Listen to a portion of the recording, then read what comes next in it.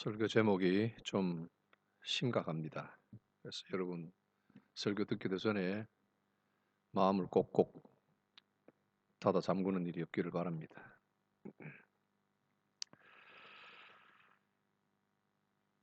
104세 철학자, 우리 그리스도인인 중에 한 사람인 김형석 교수님 있습니다.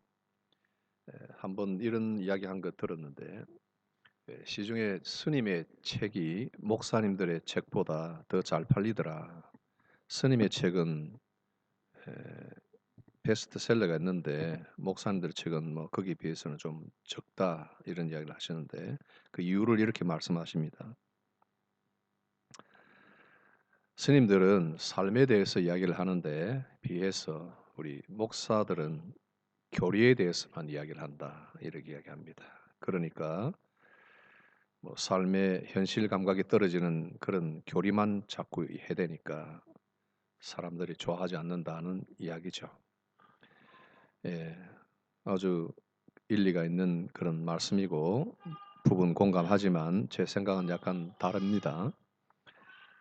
스님들의 그런 글을 보면 오히려 사람들의 입맛에 맞는 즉흥적인 해결책을 잘 내주시는데, 남편이나 가족 갈등 뭐 이런 것 질문하면 생각나는 대로 툴툴 털어주니까 우선 그 자리에서는 오케이, 듣기는 좋습니다. 그러나 사람의 그 갈등이나 깊은 내면의 고민, 깊은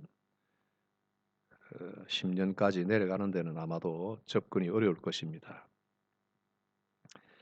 삶과 믿음, 구원과 현실, 그리고 그 둘에 대한 연관성에 관해서 야고보 사도는 아주 심도 깊게 짚습니다. 그런데 이 책을 개혁가 마틴 루터는 The Letter of Straw라고 이야기합니다. 지푸라기 서신이다.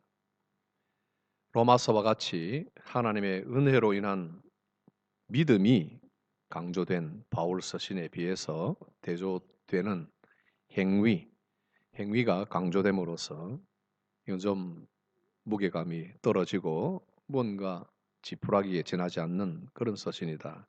아주 가볍게 이야기를 합니다.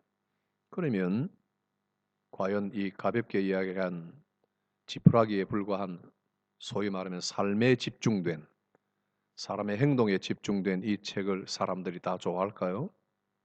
그렇지만은 않은 것 같습니다. 사도 야고보가 말하려는 행함은 단순히 어떤 윤리적인 행동 지침이나 순간에 충실하라는 의미에서의 행함을 훨씬 넘어섭니다.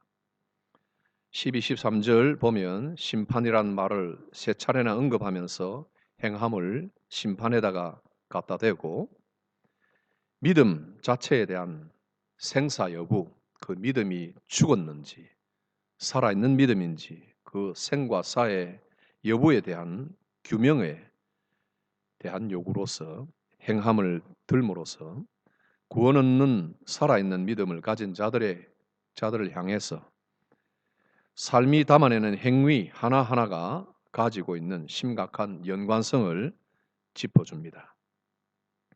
그러므로 야고보의 행함은 내세지향적이고 이신칭의 중심의 로마서에 못지않게 믿음과 직관되어 있음을 볼 수 있습니다. 야고보는 두 가지를 구분하면서 그것을 하나씩 묶음으로 교훈을 합니다. 첫 번째, 말과 행동을 구분합니다. 12절, 말과 행함이 심판을 잣대로 놓고 볼 때 그 말과 행동은 분명히 구분이 되지만 원리적으로는 하나가 되어야 함을 강조하고 있습니다. 은행일치, 말과 행동은 심판대 앞에서 제대로 그 가격이 매겨지게 될 것이라는 것입니다. 두 번째, 믿음과 행함을 구분합니다. 14절, 이것을 구원을 잣대로 돼서 믿음과 행함은 엄격히 구분이 되고 동시에 이 둘은 필히 일치가 되어야 함을 강조하고 있습니다. 다시 말하면 행함이 없다면 그 믿음은 자체가 죽은 것이다. 17절. 믿음에서 행위는 선택적 권고사항이거나 어렴풋이 걸쳐져 있는 덕목 정도가 아니라 믿음의 진위에 대한 시금석이 됩니다. 예를 드는데 하나님을 유일하신 신으로 믿는 믿음, 아주 기독교 신앙의 가장 근본이 되는 중요한 믿음 한 가지를 들어서 이것은 귀신도 믿고 있다 이야기합니다. 19절. 이것은 그 믿음이 요구하는 행함과 그 믿음이 제시해 준 약속과 축복에 전혀 무관하게 존재할 수 있음을 뚜렷하게 보여줍니다. 두 번째 예로 우리 믿음의 조상이며 기독교 이신칭의의 대북격인 아브라함의 예를 듭니다. 21절. 우리 조상 아브라함이 그 아들 이삭을 제단에 드릴 때에 그 행함으로 의롭다 하심을 받은 것이 아니냐. 그 행함으로 의롭다 하심을 받은 것이 아니냐 할 때 여기서 야고보의 강조는 그제까지 아브라함에게 없었던 의가 그 행함으로 발생되었다는 그런 의미가 아니라 그의 행함으로써 그가 가지고 있던 믿음이 확실히 명증이 되었다 하는 것입니다.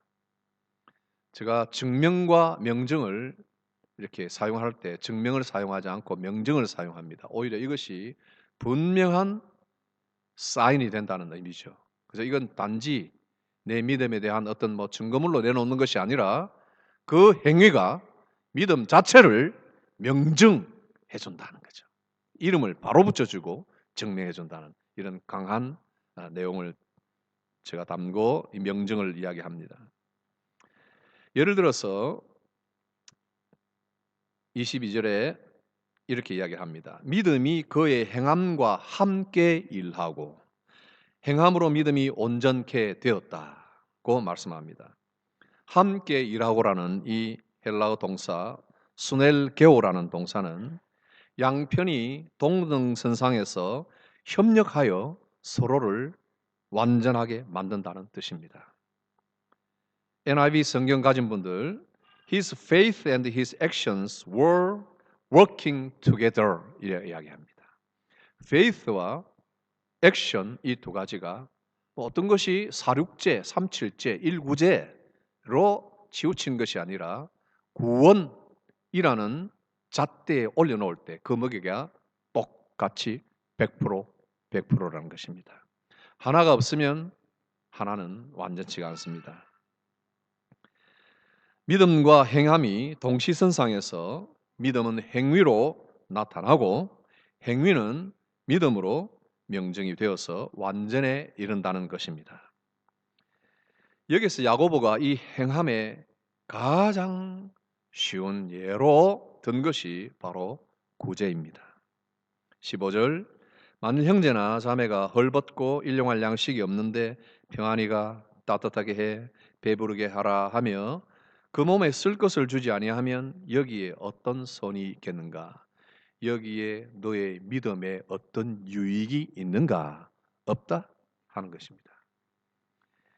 이 예에서 헐벗고 줄인 사람을 앞에 놓고 합당한 적합한 말을 하는 데는 전혀 손색이 없습니다. 어떤 흠을 찾을 수 있나요? 그리고 이웃을 사랑하라는 교리를 믿음과 그 교리로 가득 채워진 따뜻한 마음까지 완벽합니다. 그런데 여기에 행함이 결핍되어 있습니다. 이때 이 믿음은 어떤 믿음인가? 명맥을 붙든 아슬아슬한 믿음이 아니요 죽은 믿음입니다. 곧 귀신이 소유한 그런 믿음에 지나지 않는다 하는 것입니다. 믿음은 어떤 형태로든지 우리 말과 행동으로 혹은 말, 행동 모두를 통해서 일치되어 구현되는 것이 마땅합니다. 야고보는 행함에 대한 가장 쉽고도 가장 가까운 출발에서 구제를 들었는데 가까운 형제와 자매를 위하는 행함이 결국 아들까지 제단 위에 바칠 수 있는 아브라함의 믿음과 하나님의 의를 받는 하나님의 의로 인정되는 거기까지 닿아져 있다 하는 것. 그렇죠? 우리가 손을 하나 베푸는 것이 바로 하나님이 인정하시는 의와 직결되어 있다 하는 것입니다. 행함에 대한 이런 설교와 교훈에 하나의 참 주의할 강력한 유혹이 있습니다. 설교하는 사람도 마찬가지요. 듣는 여러분들도 마찬가지 빠질 수 있는 쉬운 유혹. 자신을 돌아보기에 앞서서 감정적으로나 즉흥적인 판단으로 남을 비판하는데 쉽게 빠지는 유혹입니다. 세 사람이 길을 가면 두 사람은 선생이 되고 두 사람이 길을 걸으면 한 사람은 선생이 된다 하는 말이 있습니다. 내가 입을 여는 동안에는 내가 배울 수 있는 것은 아무것도 없다는 말도 있습니다. 남을 보고 남을 판단하는 것은 나에게 아무 유익이 없다는 것입니다. 우리는 살다가 놓치는 중요한 하나의 어떤 사실을 자신의 말을 거의 자신이 듣지 못한다는 것입니다.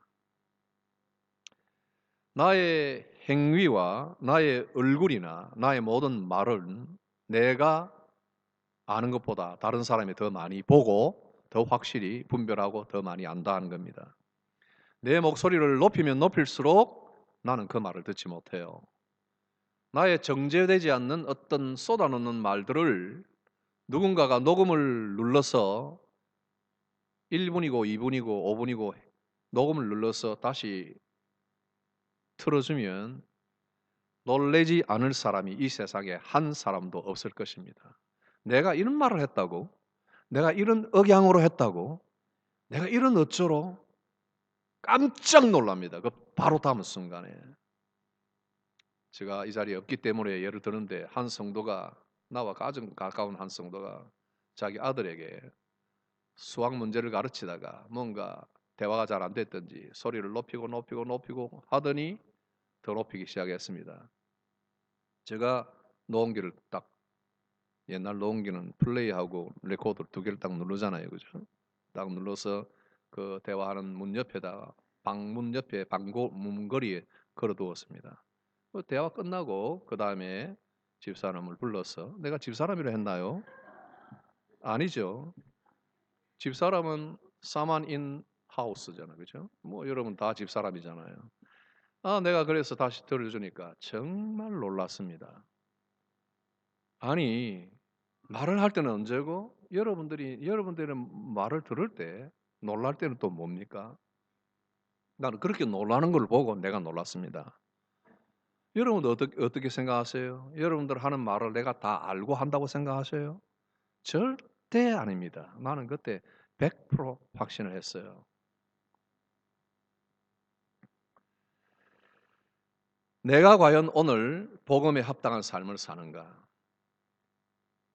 구원 얻는 믿음을 명증할 구제나 사랑의 행함이 있는가? 말씀과 묵상으로 깊이 자신을 성찰하지 않는 다음에는 아니면 여러분들이 스스로 셀프 캠을 켜고 녹음을 켜서 자기 자신을 들어보고 살펴보지 않는 이상 여러분도 이것은 정말 발견해내기 어려운 내 삶의 진수들입니다. 우리 성도들 향해서 많은 청교도들이 자아를 성찰하라, 말씀과 기도로 자아를 성찰하라고 여러 차례 이야기합니다. 지옥에 관해서 이야기하고 이야기합니다. 천국에 관해서 이야기하고 이야기합니다. 중생에 관해서 이야기하고 이야기합니다. 예수 그리스도에 관해서 하나님에 관해서 이야기하고 또 이야기합니다. 자아를 성찰하라. 토마스 보스트 목사님이 천국을 이야기하고 뭐라고 그럽니까? 자아를 성찰하라. 네가 천국에 갈 수 있는 사람인지 들어가는 사람인지 아닌지. 그리고는 뭐라고 하느냐면 천국에 가면 그런 성찰은 없을 것이다. 세상에 있는 동안에 성찰하라. 그렇게 이야기합니다. 여러분, 나는 오늘 복음에 합당한가? 나는 내가 가진 믿음이 살아있는 믿음이라고 확신할 수 있는가? 성찰하셔야 됩니다. 마가복음 10장 보면은 한 젊은 부자가 예수님께 나와서 어떻게 하면 영생을 얻을 수 있는가를 질문합니다. 예수님께서 계명을 들어서 살인하지 말라, 도적질하지 말라, 간음하지 말라, 거짓 증거하지 말라 여러 가지 계명을 이야기하면서 이런 것을 실천해야 한다 말씀하시니 저는 어렸을 적부터 이런 걸 다 했습니다. 그는 믿음을 가지고 있는 사람이고 율법을 지킨 사람입니다. 그런데 예수님께서 그를 보고 너무 사랑하는 마음이 들었어요. 사랑하사 그를 보시고 마가복음 10장 21절 가라사대 내게 오히려 한 가지 부족한 것이 있으니 가서 내 있는 것을 다 팔아 가난한 자들을 주라 그리하면 하늘에서 보화가 내게 있으리라 그리고 와서 나를 좇으라 하시니 그 사람은 재물이 많은 거로 이 말씀을 인하여 슬픈 기색을 띠고 근심하며 가니라. 성령께서 오늘 나에게 요구하시는 믿음의 열매는 과연 무엇인가? 성령께서 오늘 나에게 말씀하시려고 하는 한 가지 나의 부족은 무엇인가? 각자가 다르겠으나 그것이 믿음의 공동체 안에서 실천되어야 함을 주목하셔야 됩니다. 14절 보면 내 형제들아 불러놓고 15절에서는 만일 한 형제나 한 자매가라고 대상을 완전히 한정을 해버립니다. 잘 들으십시오. 내 형제들아 저기 이웃 나라에 가서 저 바다 건너 산 너머 타국의 어떤 모르는 사람들로 대강 그 대상을 잡지 않으셨습니다. 여러분 제가 너무 무리한 적용을 하려는지 몰라도 튀르키예, 시리아, 러시아, 아프리카, 에시아, 뭐 어디 북한까지도 포함하여 아니에요. 한 형제 한 자매라고 공동체 안에 사람을 한정하는 것. 물론 우리는 이 한정을 넘어서 땅끝까지 복음과 또 하나님의 이름을 선포하기 위하여 직접 혹은 물질로 얻어야 합니다마는 구제에 있어서 하나님이 말씀하시는 행함에 있어서 성경이 요구하시는 대상은 내 눈앞에 있는 함께 몸담고 있는 공동체 안에 사람이라는 것을 우리는 간과해서는 안 됩니다. 사랑하는 성도 여러분, 바울 서신 로마서를 중심하여 바울 서신으로 잘 닦여진 우리 복음의 터가 우리 한국 교회, 영국 교회, 온 세계 교회 그리고 우리 개개인에게 있습니다. 잘 닦여진 터. 복음서를 통해서 다른 성경을 통해서 잘 세워진 벽과 창이 있을 것입니다. 그러나 우리에게 한 가지 오히려 부족한 것이 있다면 종종 사람들이 지적하는 바 지붕이 없는 것 같은 삶입니다. 항상 모든 터는 견고한데 모든 벽은 견고한데 지붕이 없어가지고 정작 그 마지막 단계인 지붕이 없어가지고 비가 새고 바람이 불어서 거의 쓸모없는 건물로 유지되면서 우리는 견고한 털을 가지고 있다. 이신칭이다 하고 주장만 하고 있다면 그 피를 철철 맞고 있는 쌍쥐 같은 크리스찬들을 보고 세상 사람들이 항상 비웃고 조소하는 그런 대상이 되는 것입니다.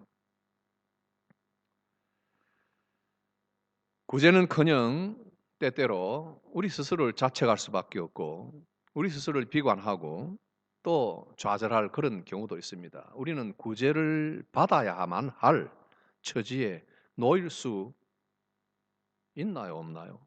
있습니다.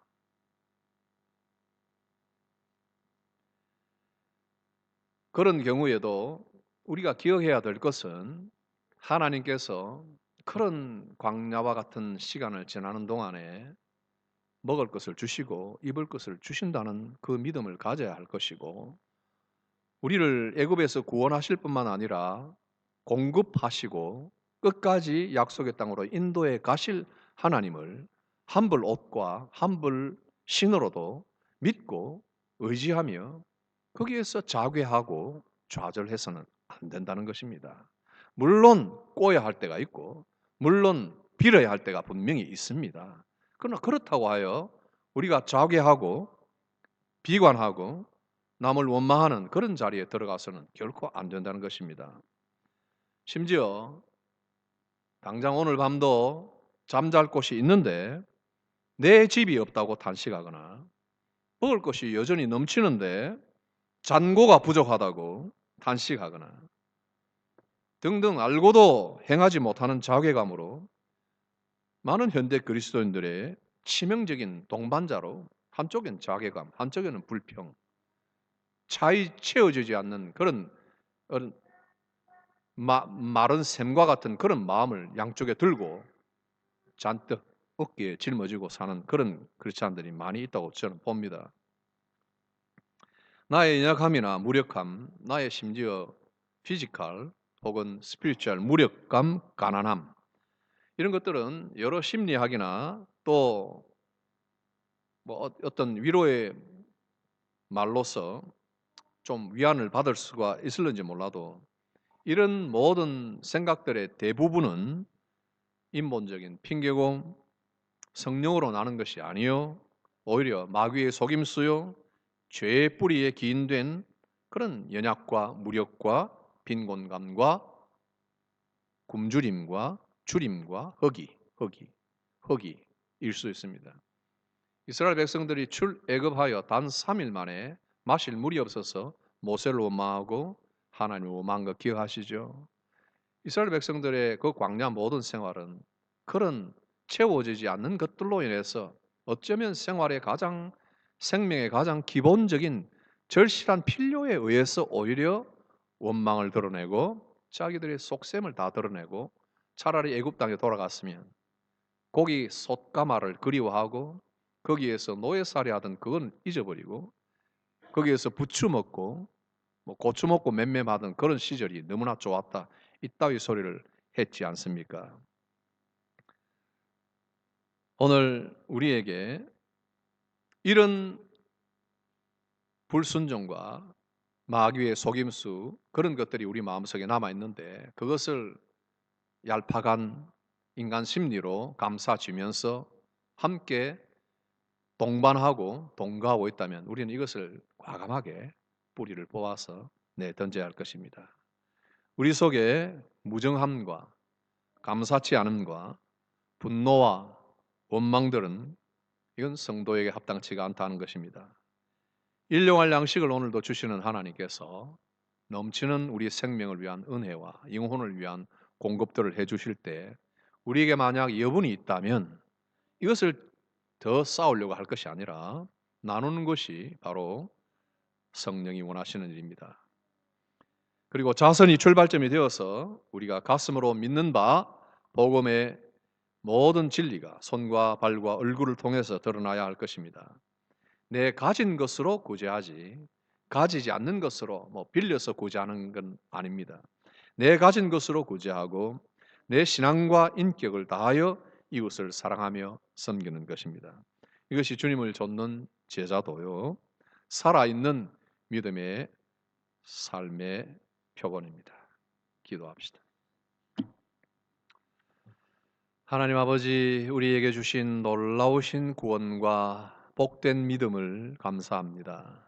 이 믿음이 내 속에서 살아 역사하는 믿음인지 아닌지 오래전 청교도들이 끊임없이 탐구하고 고민했던 것처럼 우리도 야고보서의 귀한 말씀 통하여 정말 죽은 믿음인지 살아있는 믿음인지를 점검할 수 있는 복된 기회를 허락하여 주옵소서. 우리 모든 성도들의 삶 속에 여러 가지 장애물들을 선하게 해결해 주시고 곤고한 가운데도 믿음 잃지 않고 여전히 빈궁한 속에서도 이웃을 사랑하며 이웃을 위하여 우리의 모든 것을 내미는 복된 성도의 행함이 이어지게 하여 주옵소서. 예수님 이름으로 기도하옵나이다. 아멘.